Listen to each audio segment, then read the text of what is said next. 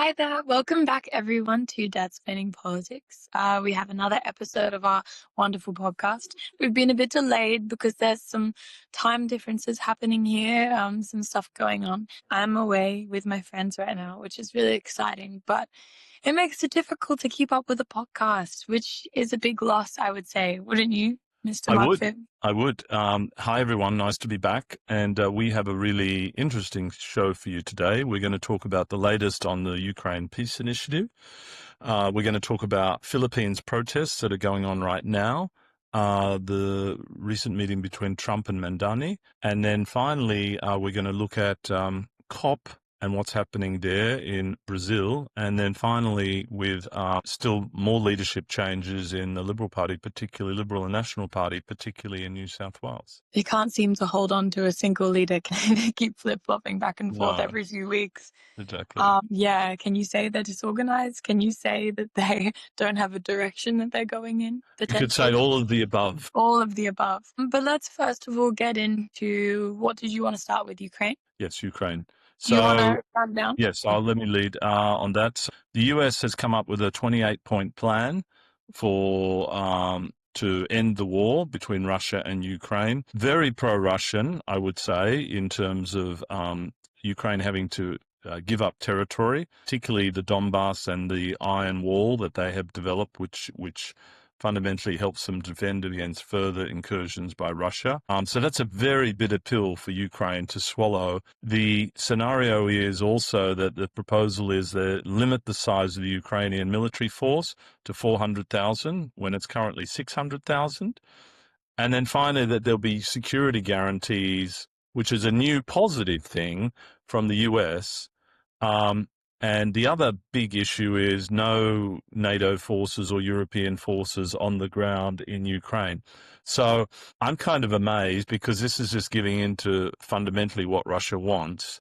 And unless the security guarantee is ironclad, I don't think there's anything to stop Russia invading further parts of Ukraine. And I hope the European Union stands up, because if Ukraine falls, then Russia's right on the doorstep of the rest of Europe. I mean, I am still frustrated that the Europeans have still not put more weaponry and more soldiers on the ground in Ukraine. I just feel like Europe needs to make a power move. I don't know what you think, Freddie, but, I'm just frustrated about the whole thing. I mean, I completely agree, of course. We're in a situation where Russia has still not been able to take the Donbass region completely. They've taken sections of it, but not all of it. And the most important part strategically to the Ukrainians, I think that there's strong manufacturing centers along that region and a lot of military force. That's the iron wall that you were talking about, protecting the rest of Ukraine. And so when you take away that, you're taking away Ukraine's armor, essentially. So it's obviously such a win for Russia. It's delivering them a huge win on the battlefield, letting them advance their troops up to that point without those significant defenses that Ukraine has already established along that line. So it just gives them an advantage. In what way is this a benefit to Ukraine in any sense of the word? It does nothing for them.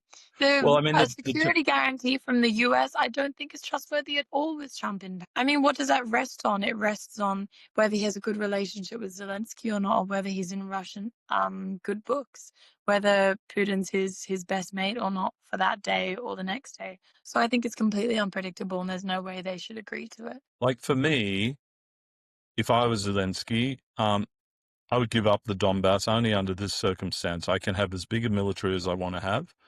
I become part of NATO and I have European troops on the ground, etc. That's the only way I would agree to such a thing, right? I would say that Zelensky's power is his unwavering confidence and the hope that he has for Ukraine, and the belief that he thinks Ukraine can be itself again, and it can be its own defined nation state that doesn't have this Russian overlord. I think that when you give away the Donbass, you lose some of that. You lose probably some of the popular support for Yes. Zelensky. You lose a lot of the hope that people have that they can persevere and keep fighting. I think it really damages Zelensky's reputation, and it damages Ukraine's reputation, and it will hit hard to the heart of many Ukrainians, right?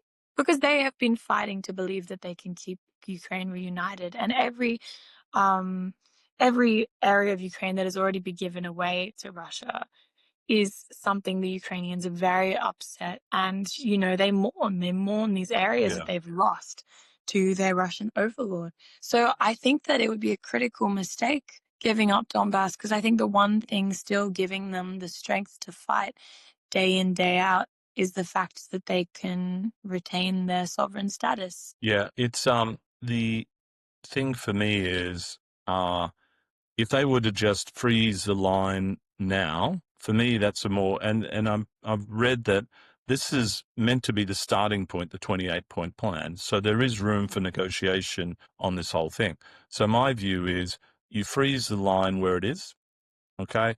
You don't agree to limit your armed forces in the Ukraine, and you don't agree to not have European troops on the ground in the Ukraine. And I think that's like, forget about Crimea and all that stuff. In the end, that would stop the war and stop the suffering. And by the way, to use those Russian frozen assets, the billions and billions of dollars, to reconstruct Ukraine. But Russia would just never agree to it. Well, Russia doesn't need to agree. It's in European hands, right? That money. This is true. This is The true. Europeans Look, simply provide it. Forget about what Russia thinks. I completely agree. And it almost the way that Europe is acting towards it, it feels like they've already given up on Ukraine. Like they've already believed that Ukraine will fall, that they're not going to waste any money or weaponry and send it into Ukraine because it's like they've accepted defeat. Do you also feel that? I don't think so. I just think they're bureaucratic, Freddie. I don't think they've accepted defeat. I think, I don't know, it's just a lack of leadership on Europeans' part to say, here's our line in the sand. Thank you very much, US, for coming up with this scheme. Here's our counter proposal, and this is what we're going to get on with. I know. It's like it's obviously a time in world history where we shouldn't be looking to the US as this type of big brother that will instruct us on what to do. Like, you can't always have someone looking over your shoulder checking out for you. Sometimes you have to like step up and take initiative. And the European Union is a collection of what, like 50 or so countries, an incredible union of really amazing, inspirational leaders. And it's like if they don't have the strength and the willpower to step up and do something for Ukraine, then who does? Hmm. No, it's I very true. simply Very true. So, look, I'm hopeful that, there will be a just peace and not just giving in to Russia. Otherwise, you're right. I think the Ukrainian people will be disillusioned after multiple years of war and all this suffering agree. and not achieving anything, or not defending anything. They weren't the Yeah. aggressor. Russia was the aggressor. And, all talk is that, again, I don't know why Ukraine's not using more long range missiles to attack Moscow. I thought that was the whole thing that But was they on the haven't card. got missiles that can attack Moscow. Right. They haven't been They given have them yet. missiles that are longer, but they can't attack Moscow. They're Right. not they're not long enough. Yeah. Um, those were the ones that the US agreed to hand over to them quite recently. I think that they do go far deeper into Russian territory, but it's like half the distance to Moscow or Hmm. something like that. Because that would be remarkable if they gave them ones that were able to attack Moscow. I don't think Trump wants that. He doesn't want Putin getting in danger. He likes him too much. But Yeah. yeah, look, yeah, I agree. I just think, imagine you're a Ukrainian, right? Like you've lost a few of your family members to the war. You're fighting in the war, just hoping day after day that there will be a win or some victory or something. And then you hear that Zelensky has gone and made this agreement that loses the region that, like, I don't know, you grew up in, for example. And you know that you're going to never see it again. And you kind of think, God, like, it feels like Russia is winning. And then Hmm. what's the point if they're going to win in the end anyway? I don't know. I think if it was me, I would say maybe it's time to leave. Maybe it's time to evacuate. Hmm. Um, but Yeah, yeah, but maybe we. Wait, sorry, go. not everyone has that option, right? They may not have the money No, of and course. Of course. Well, yeah, that's the problem with the refugee crisis. But people, if they have to, they find a way to leave. yeah. Anyway, watch this space. So shall we pivot to Philippines protests? Yeah, let's. So I can start with that because I'm in the Philippines right now, and it's been quite interesting being here because even though I was in Manila when a lot of the protests were happening, I didn't really see them happening. I think they were out of the the tourist area probably. But essentially what's been happening in the Philippines, I'm sure a lot of you would have heard about the typhoons that have been coming through. It's very typical for the Philippines to get 20 or so typhoons during a typhoon season. However, these typhoons are incredibly strong. Um, there was one which was a super typhoon and really damaged many, many houses. I think 1.5 million people, etc., evacuated. A lot of them lost their homes. A lot of them don't have homes to go back to. The earlier typhoon, around 200 people died, 200 plus. There's still lots of people missing.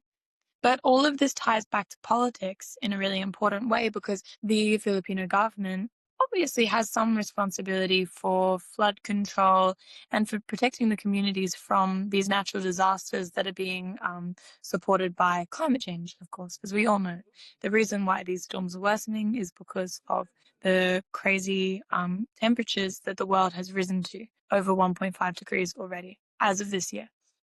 So, the Filipino government has a responsibility to build storm and flood infrastructure. So, you can build lots of things with this. You can build big empty spaces underneath squares where it can collect water and then disperse it afterwards.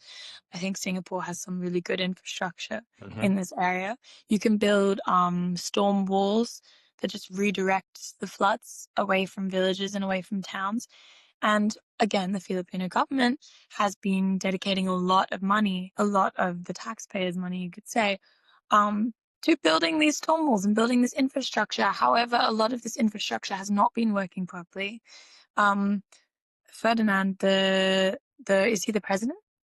Yes, The Marcos. president, he went to visit one of these storm walls, and shockingly, it wasn't even there when he went to visit it. Some of them have just broken upon impact of the flooding, and some don't even exist. So the question remains, where has the, like, basically billions of pesos, which is like a couple million in Australian dollars, where has that gone? If it hasn't gone towards these storm walls, it seems like it's gone into the pockets of government officials, and there's a massive corruption scandal happening here, and a lot of people are resigning. I think two of the main government officials have resigned in order to try and take the heat away from the leader at the moment and away from the vice president. And we're going to see what continues happening with that, if you want to give your It perspective. it's fascinating, and this is the son of Ferdinand Marcos II. Um, and it's interesting. The Marcos brand has this cachet in the Philippines because I think a lot of people look back with nostalgia on the president and his wife Imelda, who's famously had hundreds of shoes in the Malacanang Palace in Manila. You go there; it's now a museum, and you see these dressing rooms with thousands of shoes, etc. I mean, quite famous. But they were well known to be corrupt. Okay, so again, I don't know why the brand And is they were still known so to be positive. dictators. I think he was known Yes, to be a dictator, I'm fairly sure yes, as well, not just absolutely. corrupt. No, no, a dictator. So then, phase two, you got this corruption. Um, and yeah, it's interesting. There's always been corruption in the Philippines, greater or less than that. Um, and I don't know how you change something that's so systematic in a country, right? It takes a lot of effort and a lot of time and honest people to do it. I mean, the Singapore theory is if you pay your politicians enough, like in Singapore, $1 million a year, you'll have far less corruption because they're being well paid, really well paid to do the job. Which is the case, right? There's much less corruption in Singapore, but Singapore can afford to pay their politicians that much a But year. wouldn't you also say, as a person who's worked in fields where people earn lots and lots of money, wouldn't you say some of the really wealthy people you've met, they're not ready to just settle down and stop earning money? I That's don't true. think they ever stop wanting more. I Hmm. don't think that giving someone $1 million a year is going to stop them from being corrupt at all. I think that it maybe even give them a taste of what they could have if they had even more. No, but I think what it gets away. You're right. It's not going to stop that sort of very sophisticated corruption, but it gets away from basic corruption, right? Because if you're struggling to survive as a politician, let's say in the Philippines, and you have this really powerful position, the temptation to do sort of minor corruption, accept this free thing, is there because you don't have enough to, provide And for I your family. agree with that. I just think that maybe in the Philippines, at least at this point in time, it seems like, yes, maybe there's minor corruption, but it also seems like there's very like large corruption that's Mm, integral to the system and that people are taking millions of dollars, not small amounts. I mean, you see the kind of reigning families of the Philippines, and there's a number of their daughters who have ridiculous amounts of designer bags and jewelry and cars that they've imported from overseas that because the Philippines, I think they have an incredible tax rate on cars, on importing cars. right. So I think everything is like double the cost that it would be somewhere else. So they all have these incredibly fancy cars that are double the price that they usually are, and Uh-huh. expensive jewelry, etc., etc. And they live these lives that are not like the common person. And you think to yourselves, wow, they're just the children of politicians. How did they get here? And it seems very clear that it's corruption. And their parents probably put a lot of effort into hiding that corruption, but then the children are ready to show it all to the world. Mm. So it's fascinating And though. it's not just the Philippines here. Many countries in Asia have had a tradition of corruption. It's quite common, right? Having worked in Asia a lot, there was always issues of corruption with distributors and channels and all this stuff. It's not unusual. And I think the Philippines has a reputation for it amongst some other countries as well. Yeah, definitely. I think what's also quite interesting about all of this is what I've been learning about is there were some protests, I'm sure some of you saw in Manila, and there were protests protesting the corruption. There was predicted or counted about 650,000 people who were involved in the protest. And so initially I thought, oh wow, how incredible, like what a display of like a human community against this superior government leadership is taking all their money. It's like, it's quite inspiring. But then I was hearing from my friend, I was hearing from her, she's a Filipina, that the people who organized it are actually seen as a cult. They're called like Iglesia Ni Cristi, I think. Hmm. And they're basically an incredibly prominent cult in the Philippines that are a Christian cult.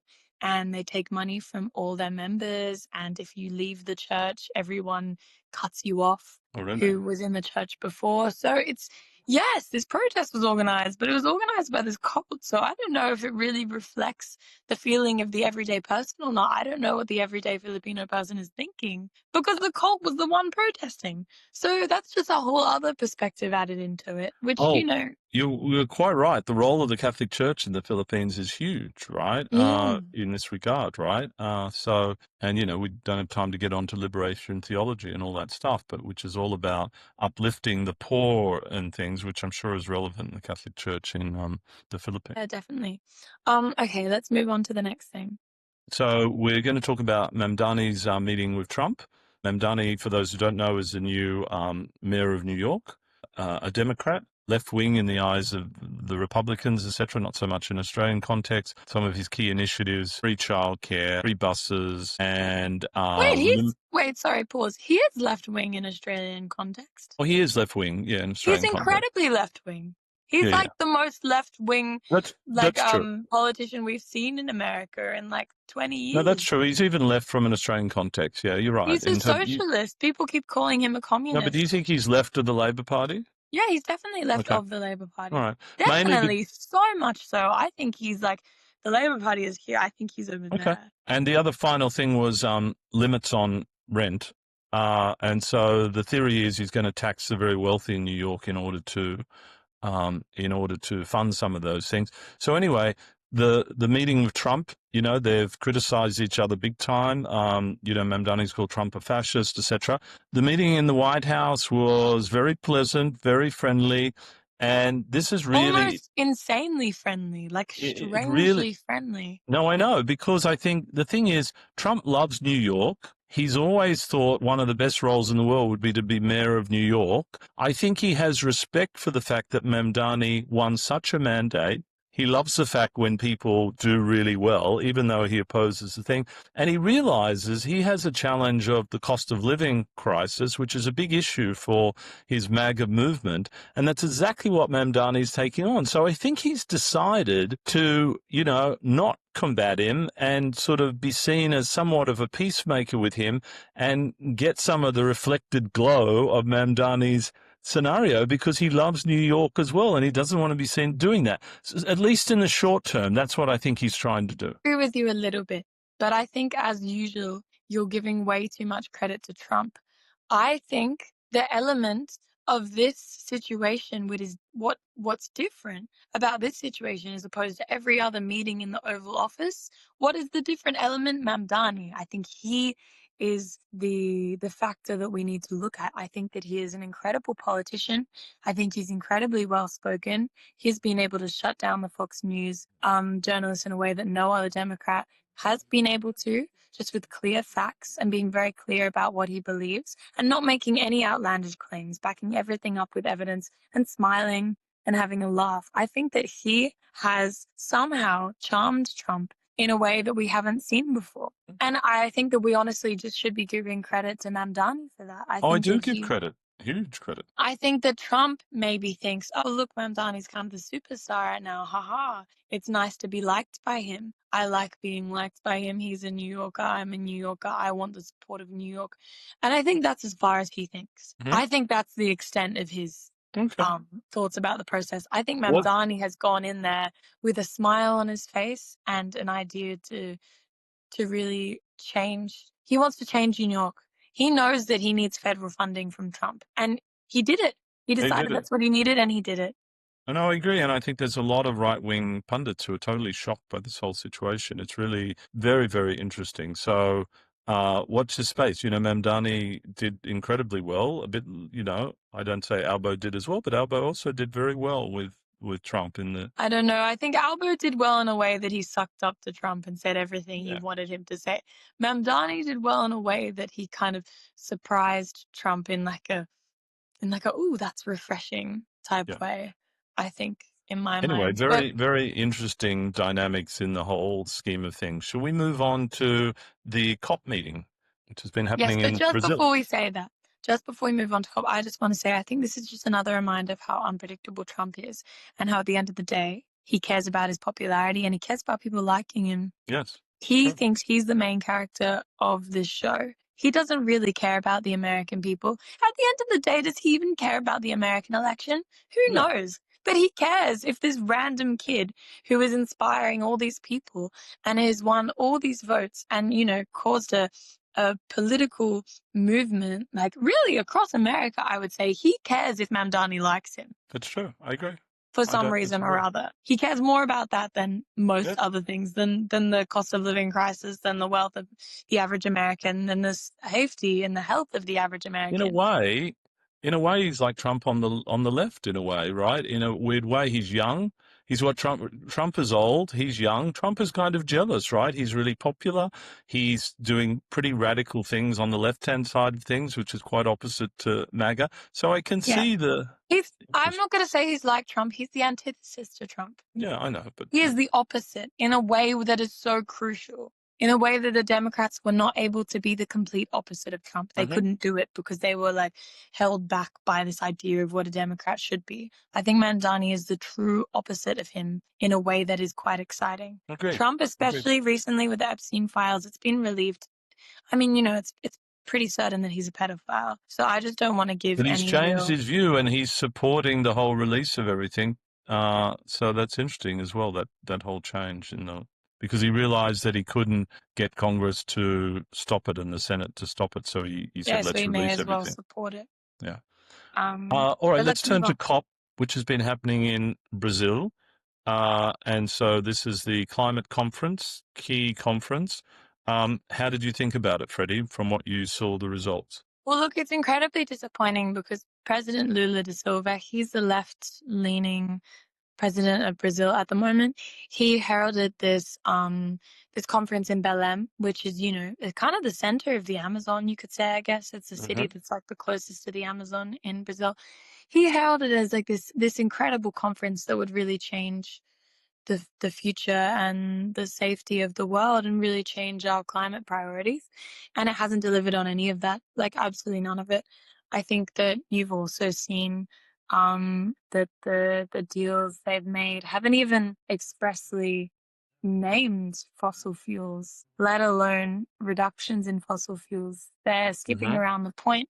Feels like no matter how much work is put in, no matter how many protesters appear at the conference, no matter how many passionate young people there are to help out, the leaders of most of the world's countries are just not willing to make any sacrifices and to take the next step. Yeah, I agree. I think it's disappointing not to have any clear language on limiting or stopping fossil fuels. A big investment in developing countries in terms of funding for the transition, which is positive. Forest and indigenous focus in terms of, again, major funding, stopping deforestation, etc. But I just feel like it's like working around the edges of the whole thing. And it's interesting for me because I think these middle powers, now's an opportunity for them to take leadership. But you see the challenge here, even in a country like Australia, with one party now not supporting net zero, people talking about cost of living and reducing power prices.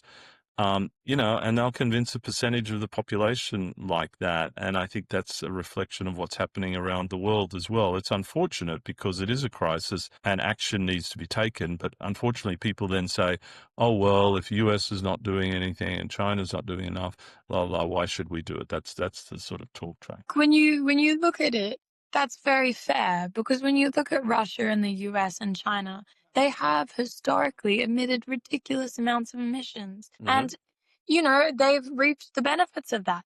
They have become incredible economies. They have, increased the Not wealth. so much Russia Well, at a time, they were a good economy. I think they spent it all on war. and Um, corruption. and corruption. But they emitted a lot of fossil fuels, so maybe they just don't have much to show for it in comparison to the US and China. But I think when you look around the world at much smaller countries, it's incredibly unfair that they're not allowed to emit on the same scale as the US and China when the US and China have benefited so Yeah. much from it. Do you know what I mean? How can they be expected to get to the same level of development if they can't capitalize on their resources, on Well, their that's the fossil idea fuels, of the etc. transition funding to help them. I know, but it's never really enough. Yeah, yeah. Do you know what I mean? It's such an incredibly massive inequality across the world that unless the US and China does do something about it, I don't think we're really going to see any change from anyone else. Anyway, the next COP will be in Turkey, and Chris Bowen, our climate minister, will be the president of that COP. Australia was bidding to have it in Adelaide or I don't something. think And he's going to be the president. I think that he's just going to host like a pre-COP meeting oh, or is that something right? I in the thought. Oh, Pacific. really? Okay. I thought he was going to be Because they leading it. decided not to do it in Australia. So then they made a compromise and said that they'd have like a pre-COP Pacific meeting first and then Right. go to Turkey after. Um, Uh, and let's turn just to local politics as we often do. New South Wales, there's a new leader of the Liberal Party in New South Wales, and there's a new leader of the National Party in New South Wales. Interesting, the National Party, the new leader is originally from the Punjab, a Sikh who's been a blueberry farmer for many years, or his oh, family history is there, right? It's three generations in Australia, but this is the first time a Sikh has been elevated to a political leadership position in the country. So I think we should wow. celebrate this, right? Because it's increasing the diversity in our political leadership. There are some Yeah, of Chinese and course. Asian leaders, but you've never seen someone of Indian heritage and particularly a Sikh be elevated in this way, particularly to the Never. National Party. Yeah, I mean, in the National Party, I think that's what's more outlandish about it than anything else. But yeah, I agree. It's definitely a really important moment. But it just again shows how confused and without leadership and without direction the Liberal Party and the National Party are in at the moment, right? They make decision after decision that doesn't seem to reflect the electorate, and they continue to do that. No, no, it's true. And so the new leader for the Liberal Party now is a lady called Kelly Sloan. She is the member In for New South Wales. in New South Wales, yes. She is the member for Vaucluse, um, which, traditionally was a strong Liberal seat, as Wentworth was on the federal level.